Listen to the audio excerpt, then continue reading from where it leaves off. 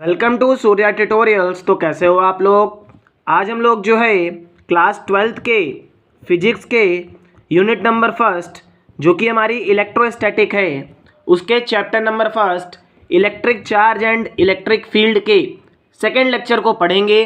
तो अपने last lecture में हम लोगों ने जो है इलेक्ट्रिक चार्ज के बारे में बात करी थी कि इलेक्ट्रिक चार्ज क्या होता है, किस तरीके से हमारा इलेक्ट्रिक चार्ज जो है प्रोड्यूस होता है।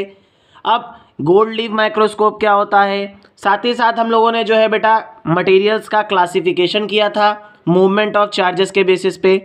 इस लेक्चर में हम लोग जो है मेथड्स ऑफ चार्जिंग के बारे में बात करेंगे कि किस तरीके से हम लोग जो है एक अनचार्ज बॉडी को चार्ज कर सकते हैं। साथ ही साथ हम लोग जो है इलेक्ट्रोस्टैटिक इंडक्शन के बारे में बात करेंगे कि इलेक्ट्रोस्टैटिक इंडक्शन क्या होता है। और लास्ट में हम लोग इलेक्ट्रिक चार्ज की प्रॉपर्टीज़ को पढ़ेंगे।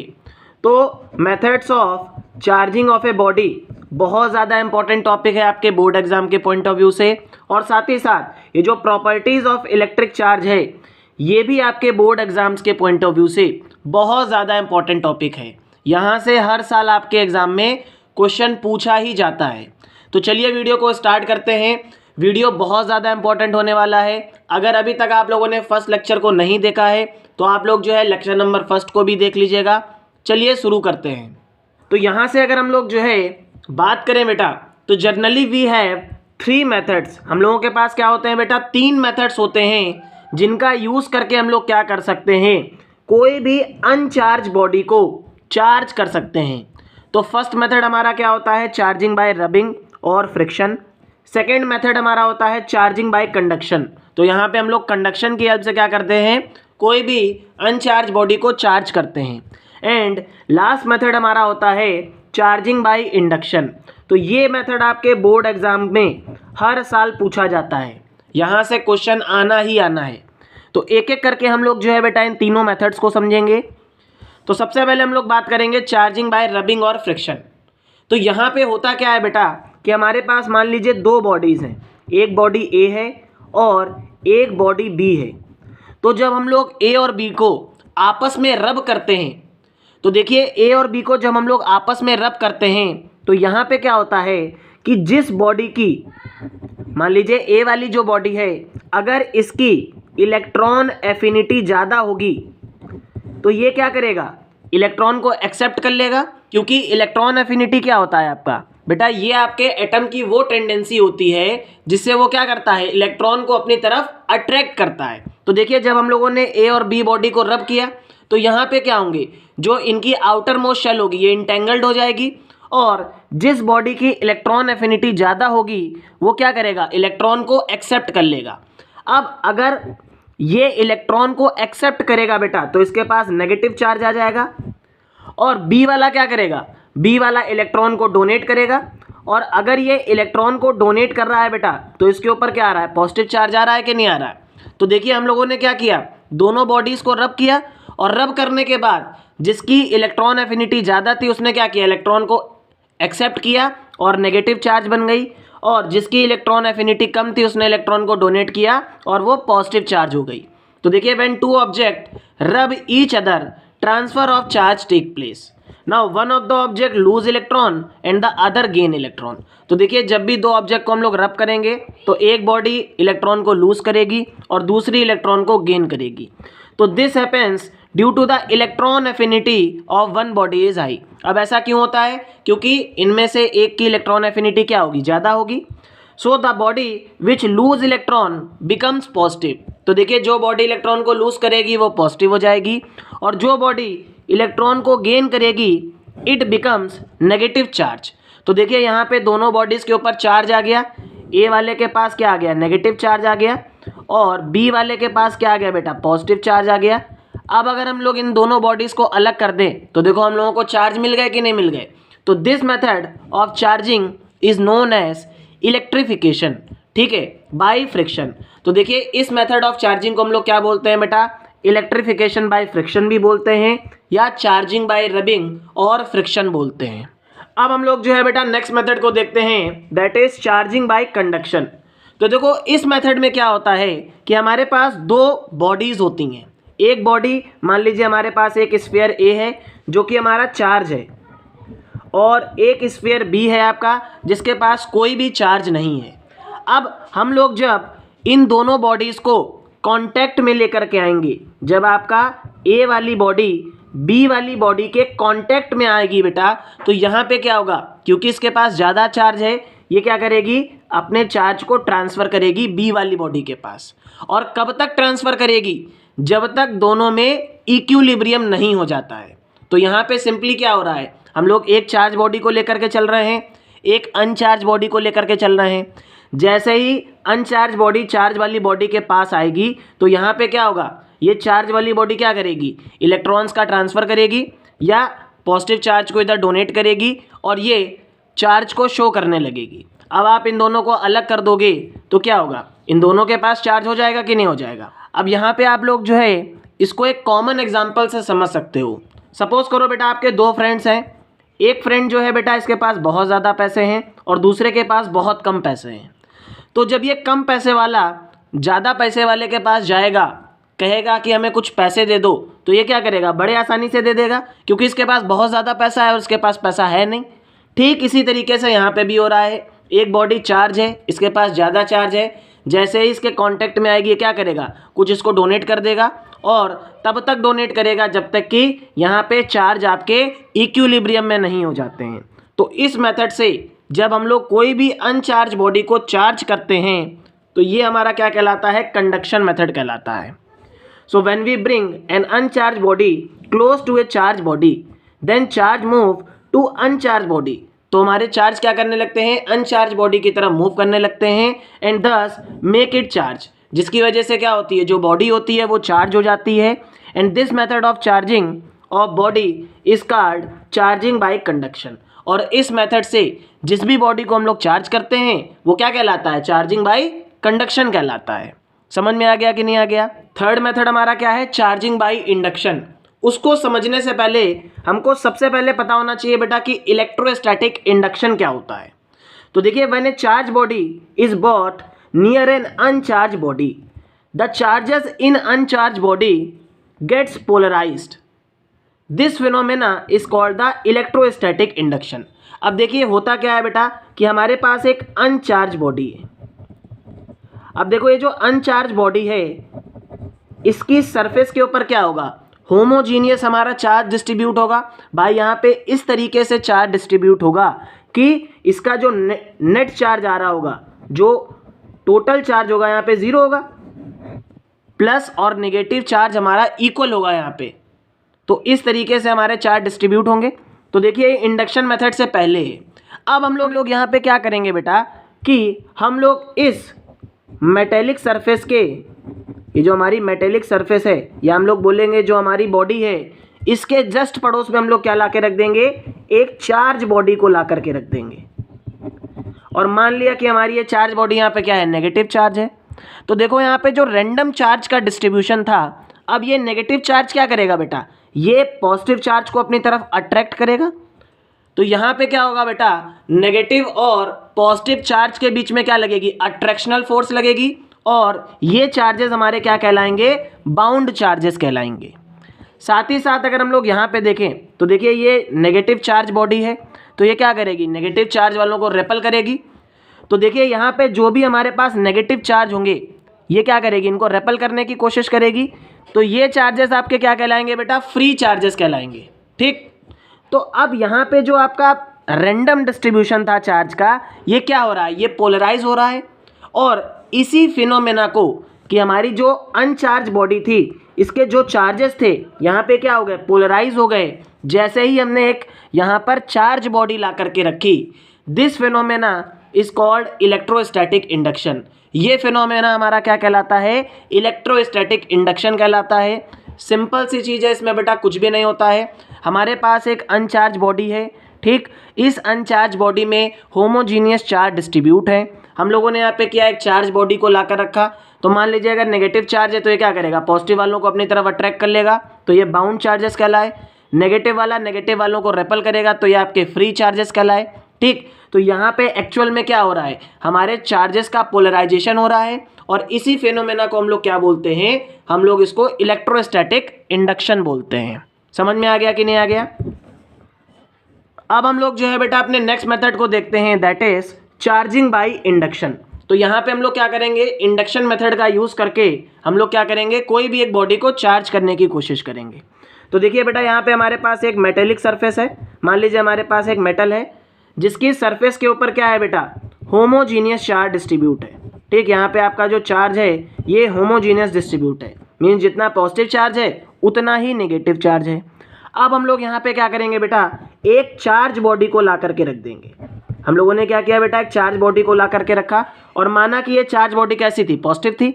तो ये पॉजिटिव वाला क्या करेगा, नेगेटिव वालों को अट्रैक्ट करेगा अपनी तरफ। तो इसने क्या किया, नेगेटिव वालों को अट्रैक्ट कर लिया। तो पॉजिटिव और नेगेटिव के बीच में क्या लगेगी बेटा, एक अट्रैक्शनल फोर्स लगेगी और ये वाले चार्ज हमारे क्या कहलाएंगे, बाउंड चार्जेस कहलाएंगे। अब ये पॉजिटिव चार्ज क्या करेगा, पॉजिटिव चार्ज को रेपल करेगा बेटा। तो ये वाले जो पॉजिटिव चार्ज होंगे ये आपके फ्री चार्जेस कहलाएंगे। और बीच में क्या होगा बेटा, बीच में हमारे चार्जेस रेंडमली डिस्ट्रीब्यूटेड होंगे कि नहीं होंगे। अब हम लोग यहाँ पे क्या करेंगे बेटा, थर्ड स्टेप में हम लोग ये करेंगे कि जो हमारे फ्री चार्जेस हैं, जो हमारे पास फ्री चार्जेस हैं, इनको हम लोग क्या कर देंगे, इनकी हम लोग ग्राउंडिंग कर देंगे। जैसे ही हम लोग इनकी ग्राउंडिंग करेंगे तो अर्थ क्या करेगी, ये जितने भी आपके फ्री चार्जेस हैं ये सारे चार्जेस को क्या करेगी, अट्रैक्ट कर लेगी अपने तरफ। और ये आपके चार्ज जो होंगे पॉजिटिव और नेगेटिव वाले, क्योंकि बेटा अब ये positive charge in negative charge को अट्रैक्ट कर रहा है, ये हमारे पास कैसे चार्ज हैं, बाउंड चार्जेस हैं। तो ये जो है बेटा ये आपके यहाँ पे ग्राउंडिंग इनकी नहीं हो पाएगी, ये चार्ज आपके यहाँ पे ग्राउंड में नहीं जा पाएंगे। अब हम लोग क्या करेंगे बेटा, इस अर्थिंग वाले वायर को कट कर देंगे और साथ ही साथ हम लोग कंडक्टर को रिमूव कर देंगे। तो यहाँ पे क्या होगा, जो हमारी बॉडी होगी, जो अनचार्ज बॉडी थी भाई, इसके पास क्या आ गया था, इसके पास नेगेटिव चार्ज बच रहा था कि नहीं बच रहा था। तो यहाँ पे आप लोग देखो जो बॉडी होगी इसके ऊपर नेगेटिव चार्ज आ जाएगा कि नहीं आ जाएगा। इस मेथड ऑफ चार्जिंग को हम लोग क्या बोलते हैं, चार्जिंग बाय इंडक्शन बोलते हैं। अब देखिए आपसे बोर्ड एग्जाम में एक सवाल पूछ लिया जाता है कि चार्जिंग बाय कंडक्शन और चार्जिंग बाय इंडक्शन मेथड में डिफरेंस क्या होता है। तो देखिए कंडक्शन मेथड में क्या होता है बेटा, आपका कंडक्शन मेथड में हमारा बॉडीज कांटेक्ट में होती हैं। ठीक है, यहाँ पे बॉडीज आपकी कांटेक्ट में होती हैं। ए और बी बॉडी अगर हम लोग लेके चल रहे हैं तो यहाँ पे हम लोगों को इनको कांटेक्ट करना ही करना पड़ेगा। लेकिन जब हम लोग इंडक्शन मेथड की बात करते हैं तो इंडक्शन मेथड में क्या होता है बेटा, हमारी ए और बी बॉडी आपस में दूर दूर रखी हुई होती हैं। ठीक है, इनके बीच में कुछ डिस्टेंस होता है, ये कांटेक्ट में नहीं होती हैं। समझ में आ गया कि नहीं आ गया? अब हम लोग जो है बेटा मोस्ट इंपॉर्टेंट टॉपिक को देखते हैं, that is properties of electric charge. तो देखिए सबसे पहले जो इलेक्ट्रिक चार्ज होता है बेटा, ये हमारा स्केलर प्रॉपर्टी है। ठीक है, स्केलर क्वांटिटी है, क्योंकि ये क्या रिप्रेजेंट कर रहा है, चार्ज किसकी वजह से प्रोड्यूस हो रहा है भाई, इलेक्ट्रॉन की एक्सेस की वजह से या इलेक्ट्रॉन की डेफिशिएंसी की वजह से। तो चार्ज आपका क्या है, स्केलर क्वांटिटी है। ठीक, अब चार्ज जो है बेटा एक बॉडी से दूसरी बॉडी में ट्रांसफर किया जा सकता है। ठीक है, तो चार्ज इज ट्रांसफरेबल।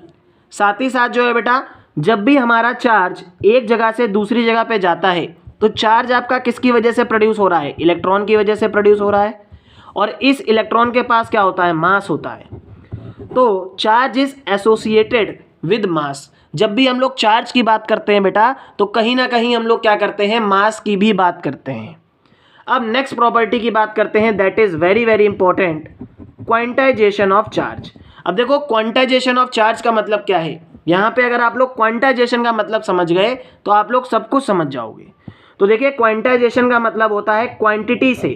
एक्चुअल में बेटा हम लोग यहाँ पे क्या करने जा रहे हैं, यहाँ पे हम लोग चार्ज की क्वांटिटी को मेजर करने जा रहे हैं कि जो हमारा चार्ज है एक बॉडी से दूसरी बॉडी में कितना ट्रांसफर हो रहा है। तो जब भी हम लोग क्वांटाइजेशन ऑफ चार्ज की बात करेंगे तो यहाँ पर हम लोग क्या करेंगे, चार्ज की क्वांटिटी को मेजर करेंगे। अब ये जो चार्ज है आपका, ये चार्ज किसकी वजह से प्रोड्यूस हो रहा है, एक्चुअल में बेटा ये जो चार्ज है आपका ये इलेक्ट्रॉन के ट्रांसफर की वजह से प्रोड्यूस हो रहा है या इलेक्ट्रॉन के गेन की वजह से प्रोड्यूस हो रहा है।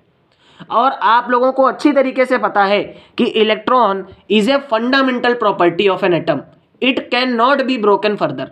हम लोग इलेक्ट्रॉन को जो है बेटा ब्रेक नहीं कर सकते हैं। आपका इलेक्ट्रॉन एक बॉडी से जब दूसरी बॉडी में जाएगा तो या तो 1 होगा, 2 होगा, 3 होगा, 4 होगा। ये कभी भी बेटा फ्रैक्शन में नहीं होगा, ये कभी भी निगेटिव नहीं होगा। तो अगर आपका जो इलेक्ट्रॉन है बेटा, जिसकी वजह से हमारा चार्ज प्रोड्यूस हो रहा है, ये फ्रैक्शन में नहीं होगा, ठीक है।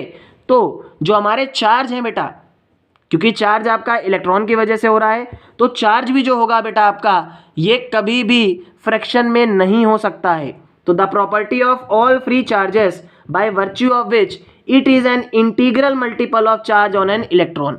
तो देखिए Q आपका क्या है, क्वांटिटी ऑफ चार्ज, N यहाँ पे आपका क्या है बेटा, नंबर ऑफ इलेक्ट्रॉन्स, ठीक। तो देखिए एक बॉडी है, अब इस बॉडी से दूसरी वाली बॉडी में बेटा कितने इलेक्ट्रॉन्स ट्रांसफर हो रहे हैं, N इलेक्ट्रॉन्स ट्रांसफर हो रहे हैं। और एक इलेक्ट्रॉन के ऊपर चार्ज क्या होता है, E होता है। तो देखिए E हमारा क्या हो गया, चार्ज ऑन इलेक्ट्रॉन, N हमारा क्या है बेटा, नंबर ऑफ इलेक्ट्रॉन्स। तो क्वांटिटी ऑफ चार्ज हम लोग Q से रिप्रेजेंट करेंगे और ये Q हमारा क्या होगा बेटा, Ne के बराबर होगा, ठीक है। और यहाँ पे जो N होगा बेटा, ये आपका 1 2 3 4 सो ऑन टू N तक जाएगा, ठीक है। It can not be in fraction, ये कभी भी आपका फ्रैक्शन में नहीं हो सकता है।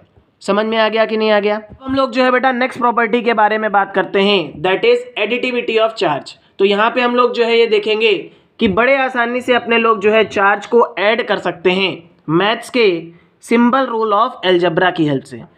तो देखिए यहाँ पे हम लोग जो है बेटा ये बात करेंगे कि चार्जेस को हम लोग क्या कर सकते हैं, बड़े आसानी से ऐड कर सकते हैं। तो देखिए हमारे पास एक पॉजिटिव चार्ज है, एक नेगेटिव चार्ज है। अब पॉजिटिव और नेगेटिव चार्ज को ऐड किया, ये 0 हो गया, ठीक। ठीक इसी तरीके से एक बॉडी है जिसके पास क्या है बेटा, 5 कूलम चार्ज है, दूसरी बॉडी के पास क्या है, 3 कूलम चार्ज है। दोनों को ऐड किया बेटा तो यहाँ पे टोटल चार्ज कितना हो गया, 8 कूलम चार्ज हो गया।